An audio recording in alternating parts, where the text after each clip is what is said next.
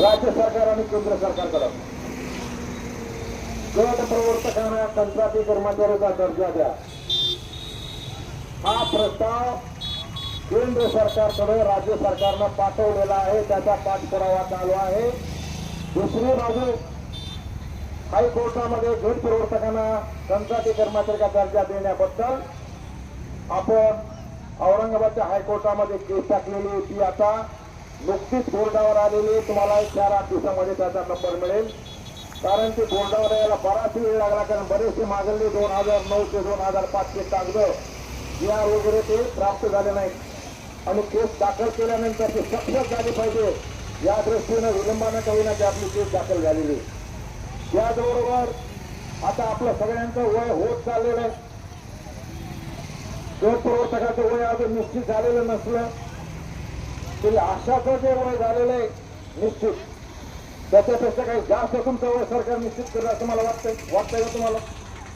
म्हणजे तुमचं सुद्धा 60 वर्ष वयानंतर तुम्ही रिटायर व्हायला होणार आहे हे आपण या ठिकाणी गृहीत धरलं पाहिजे. मगरबाई कुठे गेली? वय झालेल्या बऱ्याच जणी आपल्यातून घरी पाठवण्यात आलेल्या आहेत. निदान तुमच्यावर तरी ही वेळ येऊ नये आणि म्हणून अंगणवाडी कार्यकर्तीप्रमाणे तुम्हाला दरमहा त्यांना द्यायचं आश्वासन दिलेलं आहे ते शिजत आलेलं आहे.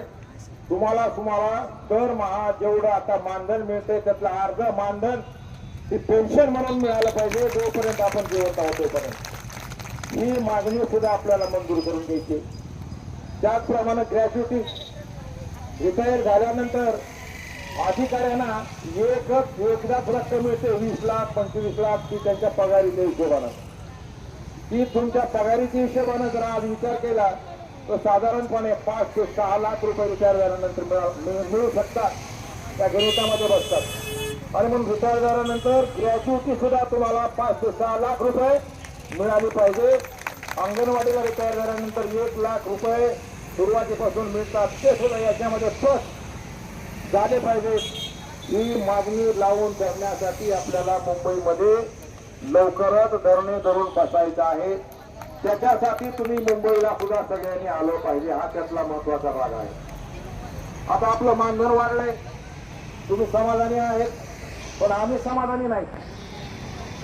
तुम्हाला वाटतंय आता बरं झालं बरेच दिवस 300 रुपयावर काम करणारी अशा आता 15, 16, 17 हजारावर आलेली 3 हजारावर काम करणारी गट प्रवर्तक 17, 18, 20 हजारावर आलेली आणि खऱ्या अर्थानं तुमचा जर प्रवास खर्च जर मग 5,000 कापला मध्ये तर तुमचं मानधन किती होत आहे?